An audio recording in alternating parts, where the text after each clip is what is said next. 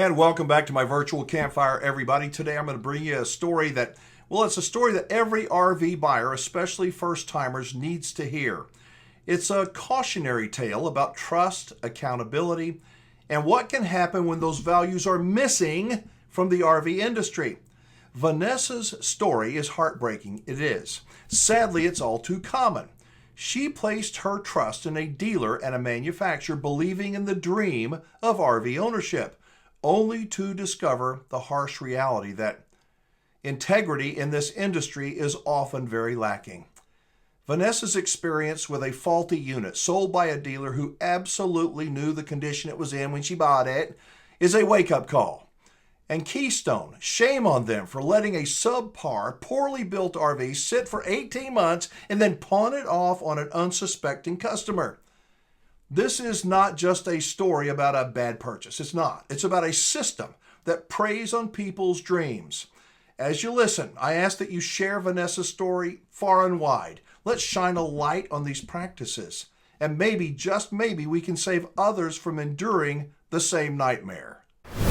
I understand that you have got a nightmarish RV situation, Vanessa, and it's an unusual one. It's very, very unfortunate.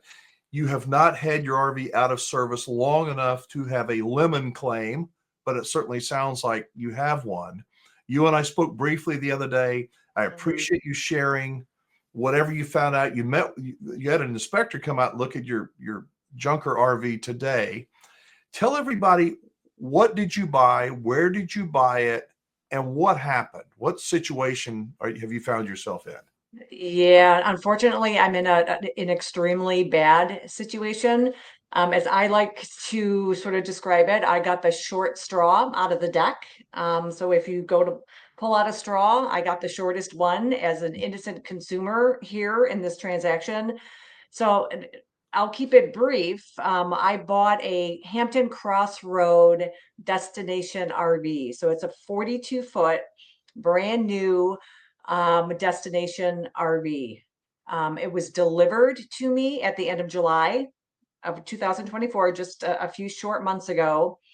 And it's been out of my possession longer than it was in my possession. So I had it for a short 7-8 weeks before it was picked up by Keystone's warranty servicer here locally.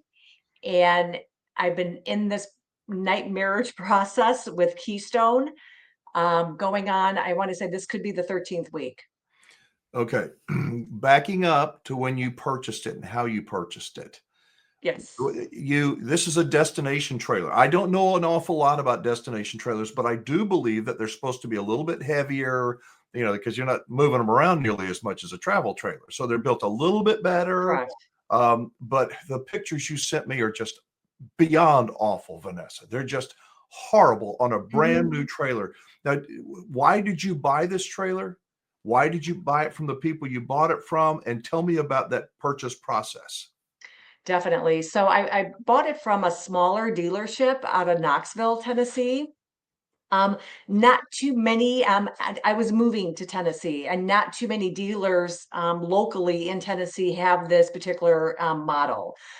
So as you said, it's a larger RV. It's made for longer term living Mhm. situations. It's not made to be traveling all over the United States in. So it's not. It's not. People don't buy what I bought to travel weekly or monthly, or spend the summer with the kids. It's more of a longer term destination Right. type of RV. Um, But when you so bought it, why did you buy that unit and why did you buy it from this dealer? How much homework did you do? Have you ever owned an RV before? I'm sorry to ask so many questions, but I'm just trying to get my no, head wrapped around the situation. no, that's fine. If only everything that I know now, if only I knew back in July, I never would have purchased this unit. I would have done more due diligence as far as when it's a 2023, but it was constructed in September of 2022. So it's been sitting out in the elements for almost 2 years by the time it landed in my hands. So little things like that. I think I probably would have hired an inspector to come Did inspect you an did you find RV. it online? Did you find I it on did. I so did. did you buy it sight unseen? Um, I did. Unfortunately, I did. And it was delivered. This was a reputable dealer out of Knoxville, a smaller family owned husband and wife. I felt I was getting something. I trusted them and everything that they told me throughout the entire process. And I've requested their maintenance records from them on anything from the time that they had it and everything that they've done. I have yet to see those. And they immediately, once I started having issues, they turned their cheek on me and directed me right over to Keystone. Okay, Um, so have you ever owned an RV before, or is this your first one? this is my first one. Your first one. And I often ask the question, what does a mistake feel like? And people say, well, it feels bad. And I say, well, then why did you do it? A mistake doesn't feel like anything. When you trust people, and it sounds like you Yes.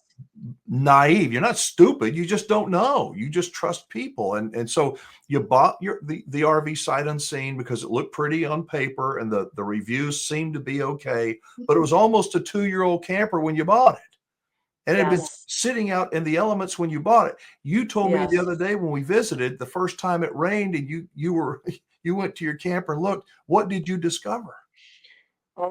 So I had the unit again, just a short 7 weeks, and I had the first rainfall with the unit, and it called for really heavy rains, steady for 72 hours.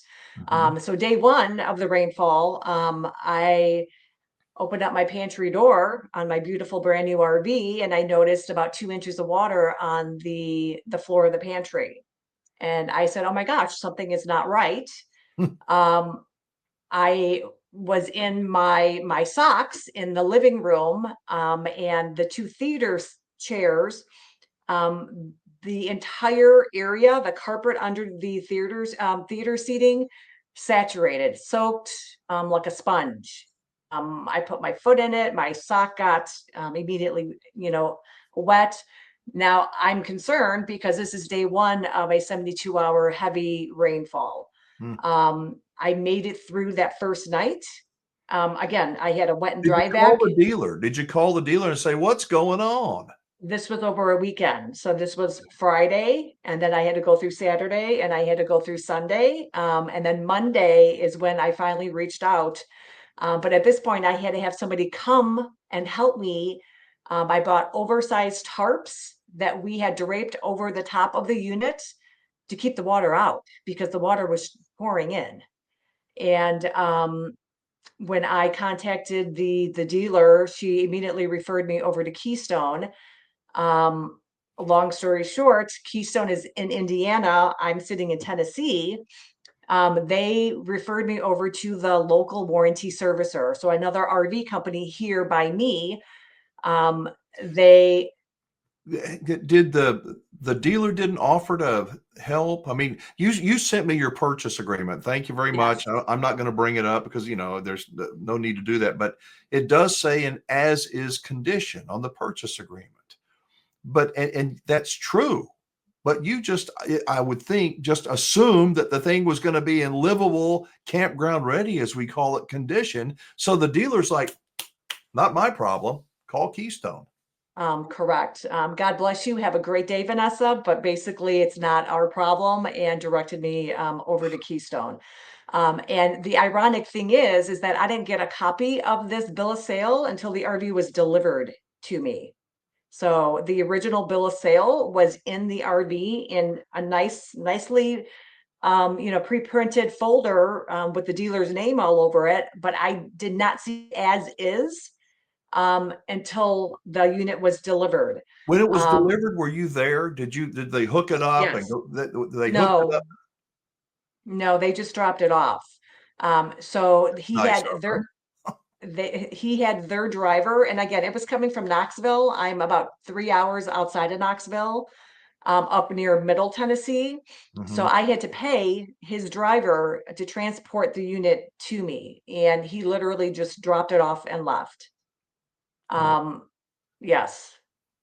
I mean, you were probably like landing on the moon. Where do I go? I mean, I got this big thing. What do I do next? Yes, but I quickly figured it out. And again, 7 weeks later, the unit's taking in water. Okay, Um, so what did you find out? What did they tell you when they finally somebody looked at it? yeah. Why was it leaking? So the warranty servicer for Keystone came and picked up the unit that following week, that following Wednesday after the heavy rains. They took it in because at this point I figured out where the water was coming from. So there's 3 slide outs on the unit, and the water was coming in on the corners of the slide outs. So when the warranty servicer inspected it, they said that the outs are this long and the rubber seals that were installed were this big. So the rubber seals should go from one end of the slide out to the other end, and they were short on all 3 bump outs. So the water was pouring into the unit. Okay. Well, and thinking about, the thing's almost 2 years old. It was a year and a half old, 18 months old when you purchased it in that Mhm. July. Do you think it ever rained in the 18 months that it was sitting on the lot? Oh, of Just course.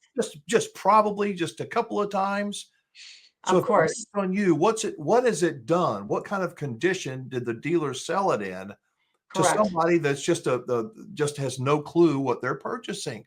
And so Um, that was just the beginning of your problem. So you got yes. a Well, whole litany, a whole list. What you had an inspector, you said that you were having an inspector come out today. yes. So we spent about 5 hours out there today, and he spent 5 hours on top of the unit, inside, on top, below, interior. Um, because Keystone is telling me that they're not obligated to send me any information regarding the issues on the unit. That all of that information is between Keystone and the warranty servicer, and I'm not entitled. I'm privileged to know what's going on with my unit. So I had to hire an inspector to make sure that all my bases were being covered and that everything that he detected as far as damage, because Keystone is looking to pick up the unit and take it into Indiana. But you're Um, in the meantime, you're still paying for it. I mean, I'm still 12 weeks later, I'm still paying for it. But here's the kicker. So when the unit was delivered and I'm having this rain issue, um, we noticed on the exterior back wall of the unit, there was 3 lumps about the size of baseballs. Boom, boom, boom. Look, okay, this is a red flag. This is and I don't know anything about an RV or water damage, but I said that looks like water damage to me. Like that looks like, I mean, this is how it was delivered from the dealer. So the wow. dealer was fully aware of this structural damage when they sold me this unit and had it delivered to my, delivered to me and never disclosed it to me. Well, and you know what they're going to say. What do you think they're going to say? We didn't know about it. Well, it's as is. It's right there in big old bold letters. We're sorry. God Yeah, bless and it you. And I and mean, it yes, and it's as is with the bill of sale that I never saw until the unit was delivered and the bill of sale was sitting on the counter in their nicely, put together little folder. did Um, when the person dropped it off there for you, on the delivery day, what did you do with that person? Did you just go here, sign here, and that means you accepted it, or did you walk yes, around and look at anything, or no. you just accepted like a FedEx package? Okay, He told me his job was just to deliver it, and that was it. okay. So So what was the upshot of what the inspector said? 5 hours with the person today. What did they say, generally speaking, without going into all the detail? What kind of a unit do you have, and what did he say? I'm just going to back up a little bit to the exterior back wall. Yeah. Keystone did give the warranty servicer a couple of weeks ago the okay to peel back that back wall to see what kind of damage was going on. I immediately got a phone call from the warranty servicer, and they said, "Vanessa, you're not going to believe what we just uncovered." And I said, "How soon can I be there?" Like, "Yeah, we're thinking that you need to come out and take a look at this." So the damage from in that No. exterior back Yeah. wall was extreme. They said that they have not seen this kind of damage, especially not in a brand new unit, that this damage stemmed from the time it was constructed, that this unit's been taking in water for the last 18 months before I even got it. There's gaps in the majority of all the windows, visible gaps where the water was coming in on that back wall and damaging. So where I left off with the warranty servicer at this point today, it's been 12 weeks. Nothing's been done to the unit. The unit is sitting there collecting dust, collecting more water. We just had another 4 or 5 days of rain. It's collecting water as it sits. They have not even addressed all of the other exterior damage, and they haven't even begun to peel back all the damage on the floor. So these floors, I'm learning, are sandwich floors, that any moisture that gets in these floors, it's not going anywhere. Right. Like, it's sitting right there. So when the water was coming in these corners of these slide outs and pooling on my floor, I don't even know. Yeah. I don't know what's going on in between the walls, underneath the floor. It's already been determined that Keystone wants to replace the back exterior wall, the right wall, and the roof. But there's water damage, visible water damage on the other side of the unit. So this is pretty much, this whole unit needs to be reconstructed. Well, okay. It infuriates me to hear stories like this, but at the same time, it frustrates me because you seem like a smart person. I mean, you write well. The emails you're not some dummy, but you put your trust in the wrong people. I did. And my fear, my concern is that they're not going to do a buyback. They're not going to, and they want you to fix it. It's like putting a Band-Aid on a gunshot wound, saying, have a nice life. It's an inferior product. It should have never been sold to you. Correct. At the same time, you should have not trusted, but you didn't know to not trust. And so, but that's not how this works. Keystone is a $1 billion company, so they should be delivering a top-notch product. Why would I even think I was getting anything less than that, especially at the price tag that I paid for it? I am dealing with problems that were never my problem. This is Keystone's problem that now has become my problem. And this is where I'm infuriated. I don't want this problem. I didn't buy this expensive problem to have. And it's not a one-off warranty issue, Alan. These are huge defects. yes, and I'm being told, I'm being copied and pasted in an email from Keystone, a blurb out of the warranty book, reminding me that Keystone is not responsible for A, B, C, and D, meaning they're not responsible to be making my payments the longer this sits out of my possession. Their process is a slow-moving process, but yet I'm the only one who's being penalized.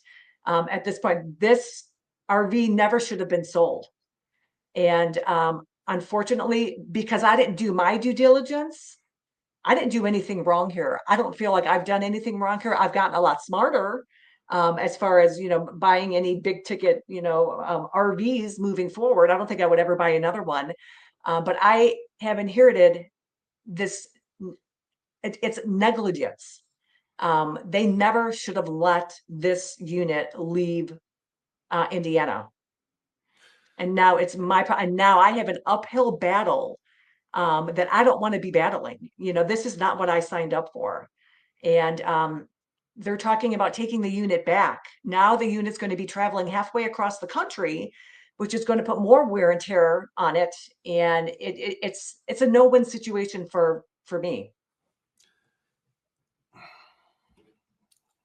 You want me to probably tell you what I'm really thinking, and I want to be kind about it, and I don't want to be ugly, but I would prepare for them to do nothing. They're going to lie. I'm sorry. And from their point of view, they're not going to lie. They're just not going to fix anything.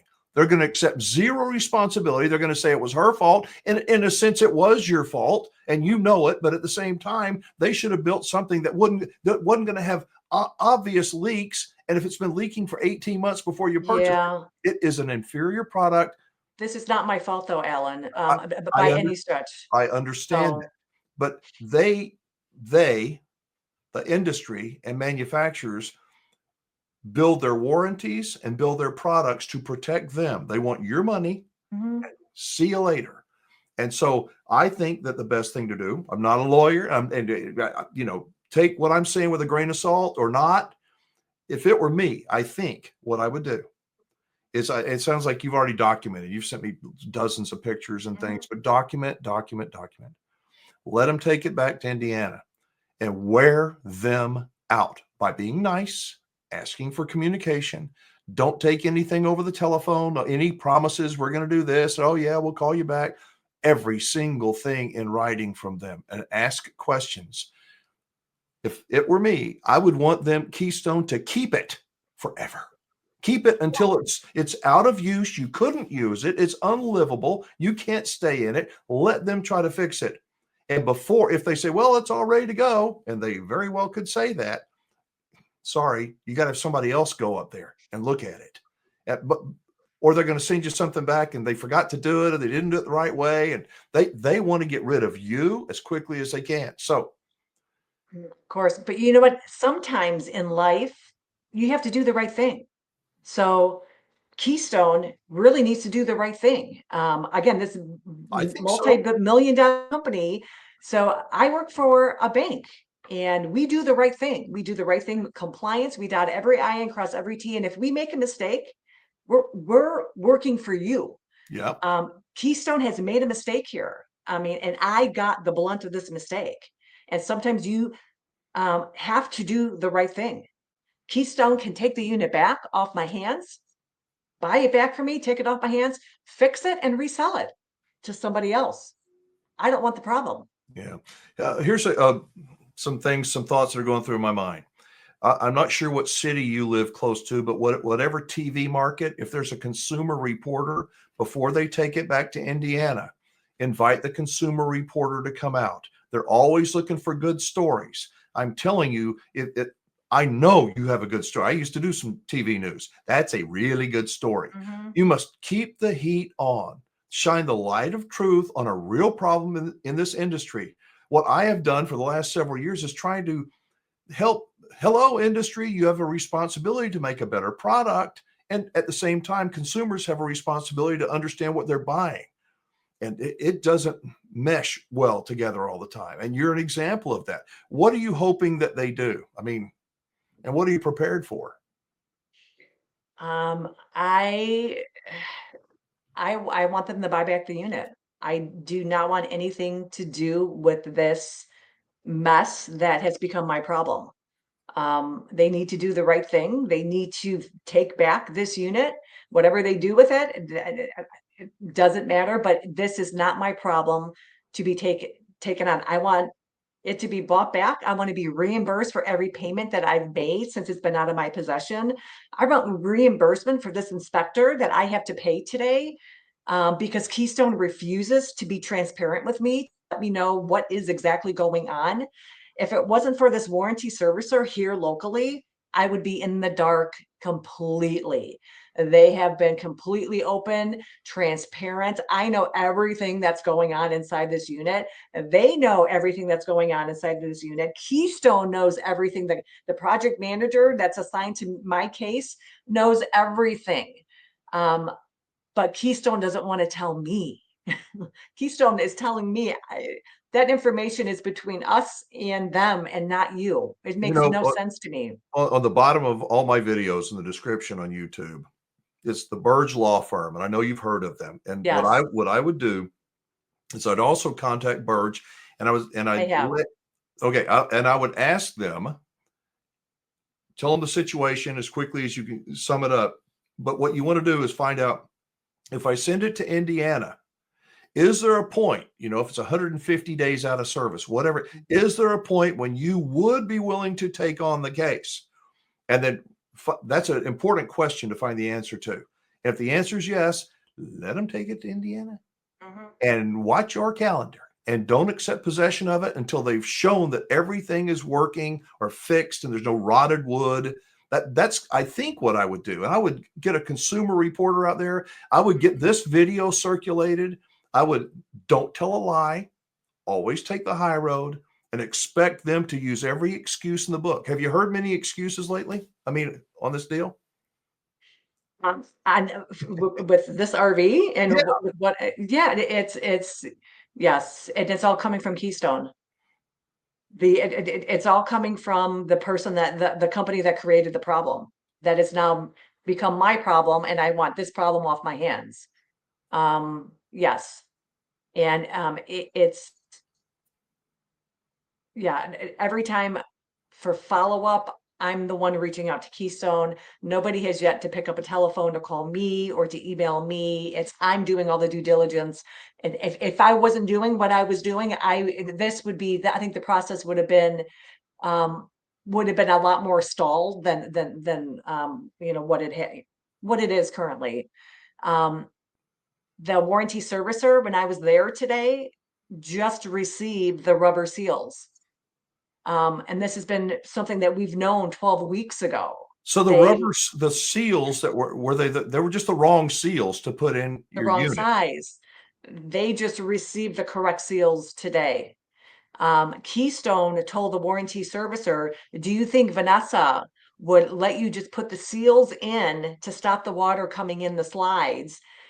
Give it back to her, and we'll come pick it up in March." I Right. said, no, like there's water coming in the windows, and again, it's not, this is not a faucet or a hose that's, there's water coming in. And they said, We can't do that. We're not, no, no, Yeah. no. So Keystone has agreed to, by the way, if you are watching, I invite you to join me.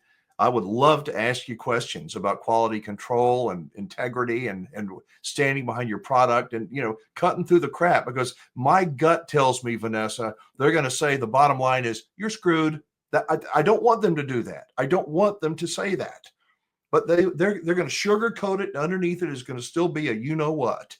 Because that's what they do. Generally speaking, that's why the industry has such a bad reputation. That's why people buy their RV and they put too much trust in the RV, the manufacturer, the dealer, and then when they get burned and they don't buy another RV, the industry says, "Wonder what's going on." Yeah, it's backwards, and there should be laws that protect a consumer like me in a situation like this. Instead, what I'm hearing from you is that I'm going to get another short. My stick keeps on getting shorter and shorter and shorter. And just because I was naive on the purchase of this, I should not be receiving the ramifications of what I've already received and what is to come. I don't even know what is to come. I don't have a crystal ball on what the rest of this process is going to look like. Well, my prediction Um, is that you're going to have to do all the lifting on this entire project until it's over, all of it. That they will dodge, postpone, delay, come up with excuses, stories, promises, and you will have to do all the communication. And it's going to frustrate you even more. But I try to help people make the right decisions, or at least maybe make the best bad decision. But you're in a bad situation. yeah, I'm in a very bad situation, and again, it's going to continue. I don't see a sunny day ahead.